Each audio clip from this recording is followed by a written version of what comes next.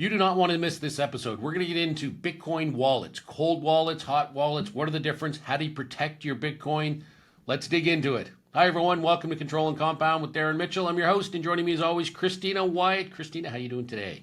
Hey, Darren, I'm doing great. I'm excited to talk about Bitcoin again. I feel like it's been a little bit since we had a chat about Bitcoin, and I love asking all of my questions. So I'm excited for this one. Yeah, so we're going to continue the education on Bitcoin, and where are we going to start? Well, before we jump in, I am going to remind everybody if you're listening on your favorite podcast platform, please make sure you subscribe and leave that 5-star review. And if you're listening or watching on YouTube, make sure you like, subscribe, and hit that bell button so you always know when new content is coming out. And don't forget to follow us on socials at Control and Compound on Instagram and TikTok. All right. So when we get into Bitcoin, people are scared of Bitcoin. They don't understand it. They don't understand the wallets. They think they're going to lose all their Bitcoin. They hear these horror stories of people losing all their money to these Bitcoin scams. But remember, almost all the stories you read about people losing their Bitcoin, it's when they didn't hold the keys, when they were held by another exchange, and that exchange did some funky stuff and stole your money, like the FTXs of the world. We're going to talk about how you actually take possession of the keys and how you protect them. Yeah, so we're going to dig into a bit on the crypto or Bitcoin wallets, is what we call them, right? So it's Yeah. wallets are what they're called. A couple other key terms that I think I want to go over today as well that kind of fit in and tie in with those wallets are blockchain. So that would be one. Public key, so public key versus private key, and a crypto wallet. So if we can dig into those terms, that would be helpful for me as well. Sure. Actually, I'm gonna use an analogy or a story to talk about those terms because I was trying to think to how to explain Bitcoin to people that aren't super familiar with it, and how what all these terms mean. So I actually did some digging, and I found an article from December 2000, and this was a Canadian article from the CBC News, and it talked about how they were very excited. 20% of Canadians in the year 2000 had started using online banking, up from 10% the year before. So in 1999, we had 10% of Canadians that had actually used online banking, and it jumped to 20%, and that was a big deal. That's not that long ago. You think of it like now, who's scared of internet banking? And one of the interesting things in the article they said 32% of people said they either don't have internet connection or they're worried about the security. They're worried about, is it real? Are they going to get all their money stolen? Sound familiar? Kind of like Bitcoin is today. So to use that analogy, I'm going to try to equate those terms with internet banking and kind of go back and say similar concept with Bitcoin. So let's dig into it. So if I look at your bank account, that is the equivalent of your blockchain. So the blockchain keeps a record of all the transactions of Bitcoin, right? Well, your bank account, your bank, they keep a track record of all your transactions, your debits, your credits. So you get your statement every month, what went in, what went out. Well, that's really kind of like the blockchain. Keep a record of all the transactions. And if we talk about your bank account number, that's like your public key. So your public key in Bitcoin is something you give other people to receive Bitcoin. I equate it to like a void check. When you give your employer a void check, they're able to deposit your paycheck into your bank account. But they're not able to go into your bank account and steal all your money. So if you give somebody a void check, sure, they can put money into your account, but they can't take money out of your account just with your bank number. So that's the public key. And now if we get into the online banking app, that's like your crypto wallet. Your online banking app, you go in, you check your balances. Same with your crypto wallet, you can go in, check your balances, etc. Now here's the key though. Your login credentials on your online banking, your username and your password. That's like your private key. So your private keys on Bitcoin, think of those like your login and your password for your online banking. Would you ever give your online password or online login and password to a stranger? No, Would you give it to anyone? No. no. Same as your private keys for Bitcoin.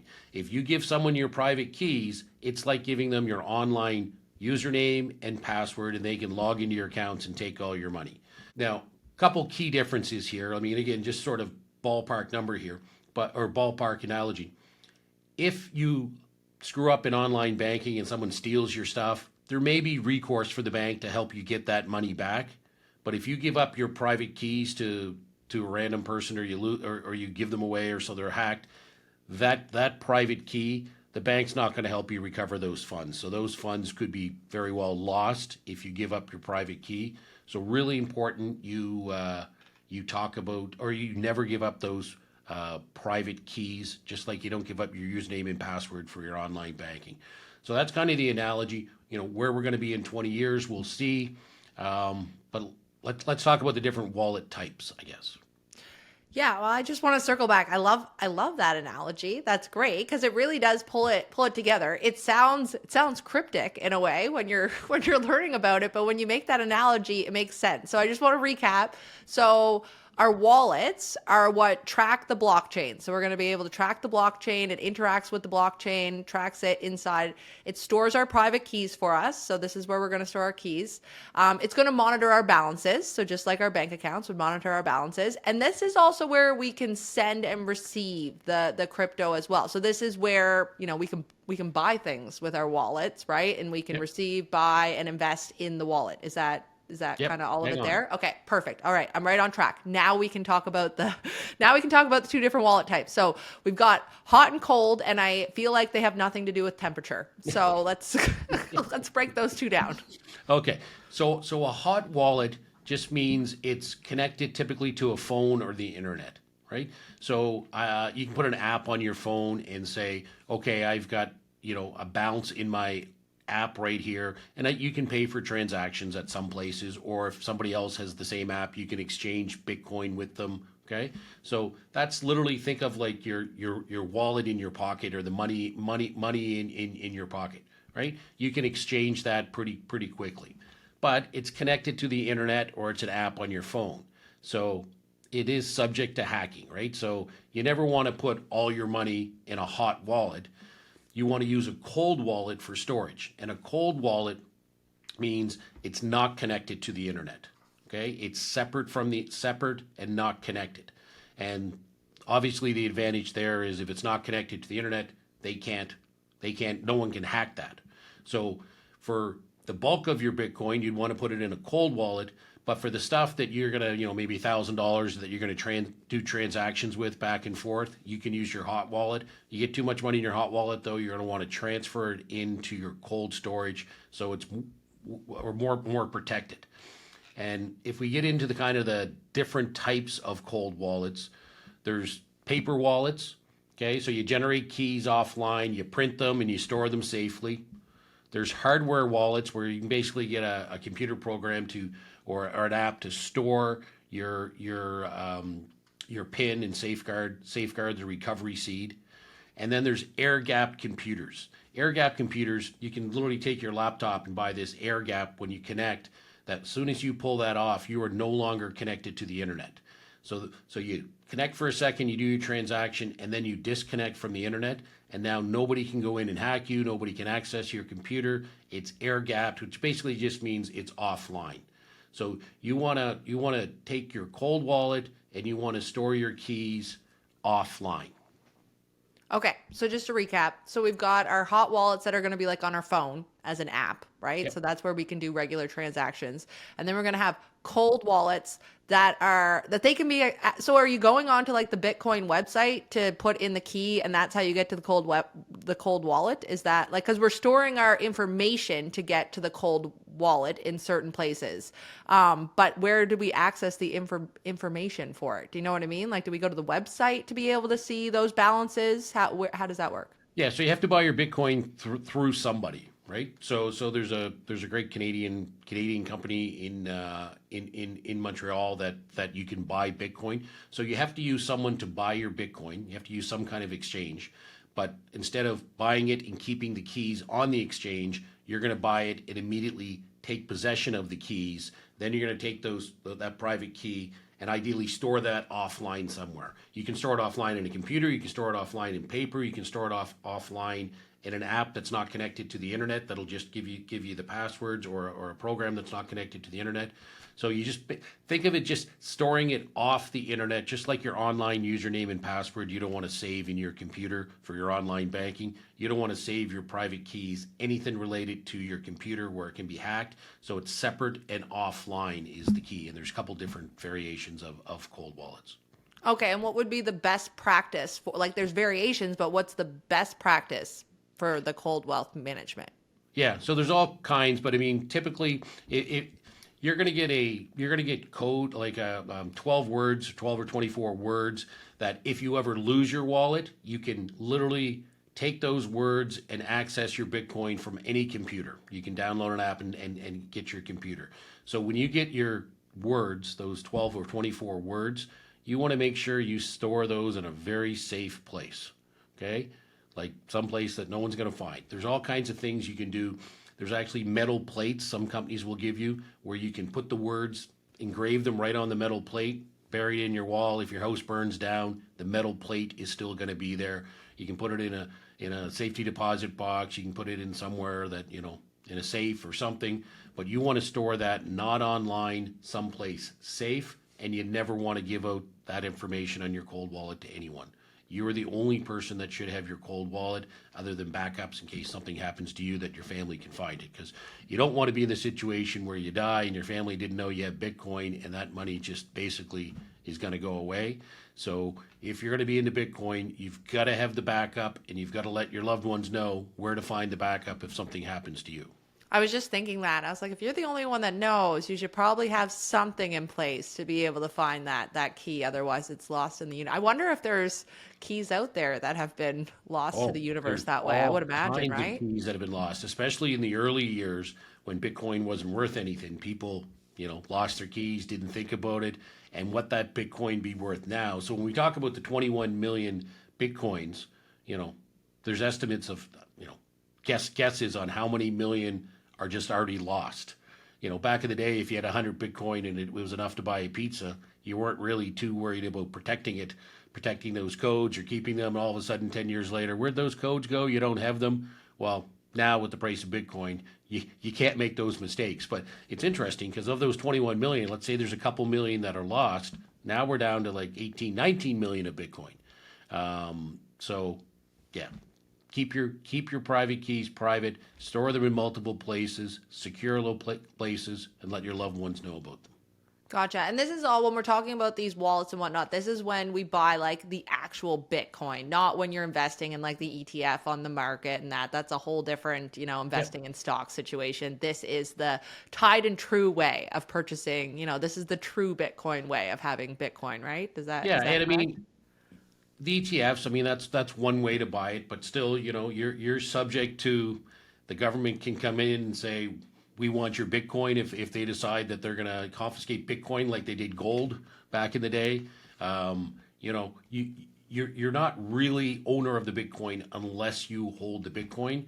And then you can be anywhere in the world as long as you have your private keys. You can access your Bitcoin. You're not getting permission from anyone. You're not requesting a sell from the bank. You're never going to be in a situation where you get sued or audited and they come after and they see that. Like it's you want Bitcoin private, separate from anything else you do, and keep those keys private. When you go to sell it, do you sell it from the cold storage, or would you move it to the hot and then that's when you'd sell it or you'd use it? Like, is that you go into the cold storage, move it over to the hot wallet and then sell? Is that how that process would work? Yeah, you'd sell it from the cold wallet. So the hot wallet Okay. you're just going to use for daily transactions, or occasional transactions. As Bitcoin becomes more accepted places, you'll be able to use it. You can buy gift cards now with your Bitcoin in your hot wallet. You can, a lot of people tip their waiters or waitresses with Bitcoin. They just get them to download the app, and then they just hold their phone over their phone, and they tip the server directly with their Bitcoin. That's Then it cool. doesn't go through the restaurant where everyone takes a little piece and the owner takes a piece for that. Again, that's if your server's up for it. But I think in the next number of years, Bitcoin, you're going to start seeing it more and more. You already see Bitcoin bank machines out there. So again, going back to the internet banking, look how that's evolved in the last 20 years or so. Well, I think we're going to have the same thing at Bitcoin, maybe even faster. Yeah, if we were doing our podcast 10 years ago, we'd probably be having a podcast on internet banking. We'd be doing an online banking, going through what are the pros and cons, what is this going to look like in 10 years, right? Okay. No, that's awesome. So I think now we want to go through a couple questions that we actually had from listeners and clients that I'm going to ask you, Darren. So let's start with number one. How secure are the cold wallets compared to the hot wallets? Yeah, night and day. So hot wallets connected to the internet, connected to your phone, subject to hacking, viruses, all those bad things. Cold wallets separate from the internet, not able to hack, viruses, all that stuff. They can't access it. So cold wallets, million times safer than hot wallets. Hot wallets, kind of like carrying around cash. Gotcha. Great. And this one's a good one. I have this question too. What happens if the hardware for a wallet becomes obsolete? So this is all online, and technology can go badly all the time. I have that daily in the office. So what happens if the hardware becomes obsolete? Yeah, so the hardware you're using to store your private keys and access your cold wallet, let's say that company goes out of business and they're no longer around. Well, again, you have your private keys. You have those words, you have your password in those words. You can access that from any computer at any new technology. So really, if your provider for the hardware wallet goes bankrupt, it really doesn't affect your Bitcoin. You just need a new hardware wallet or another way of storing it. But as long as you have your private keys, you're going to be able to access it. So there's no real fear of that going away and making you lose your Bitcoin. Well, and couldn't you have like a paper option and a hardware option so that you've got like backups? So most people would probably be using more than just the hardware. I can't see why you wouldn't. Even if you use the hardware, you're going to need a backup somewhere that you store safely. Yeah. Okay, perfect. And I think you answered this one already a bit, but can I use the cold wallet for daily transactions? Yeah, it's not really designed for that. That's more, think of it more like money in a bank vault, as opposed to money in your wallet for like or money in your back pocket in your wallet, like hot wallet. So cold wallet, no, you're not going to use that for daily transactions. Gotcha. And okay, so how do I recover my funds if I lose my cold wallet? Yeah, so you have a recovery seed or your 12, 24 words. As long as you have those, again, you can access that from just about anywhere or anywhere you can connect online. So again, as long as you have your seed phrase and your password, you're protected. Just back up, multiple backups, and make sure you tell your loved ones. Yeah, so you just want to be, I thought you were first going to say that it's gone, but like it's not gone. You have a little bit more of a backup, but you have to be organized with this stuff. It's not something you got to take the time. What I'm realizing is you got to take the time to learn it. You have to organize it and you have to utilize it correctly. It sounds like another process that we use regularly. I think Bitcoin's a very powerful mechanism. But with great power comes great responsibility, and your responsibility is you've got to protect those private keys. You've got to protect your seed phrase. You've got to know exactly where it is. You got to have backups. But yeah. Awesome. Well, that was all. That's the questions that I had for today. I'm sure there'll be more because every time we release one of these episodes, we do get a few more back. So I'm excited to keep going on the conversation. But that was the questions that I've got here. Yeah, and to wrap up, just going back to that analogy of where internet banking was 20 years ago, or a little over 20 years ago, like it was brand new, it was scary, people weren't going to do it, they were worried about security, they were worried about losing their password and all that stuff. Almost all that has evaporated over the last 20 years. And the way technology is advancing these days, I think we'll see a more rapid uptake of Bitcoin. I'm not saying it's going to be every single person's going to use it like they use online banking, but the numbers are going to skyrocket in the next 5 years, 10 years. It'll be interesting to see how fast it scales. But if you think of it just like internet banking, you don't want to give up your username and password. Just same for Bitcoin. As long as you don't give up your private keys, it's gonna be safe. All right, that's it for today. Thanks for watching. Thanks for listening. Have a great day. Thanks for listening to this podcast. If you're listening on YouTube, please like, subscribe, and hit that bell button. If you're listening on your favorite podcast platform, please leave us a 5-star review and subscribe. And if you want more information, check out our website, controlandcompound.com, and you can sign up for an education session with one of our wealth coaches.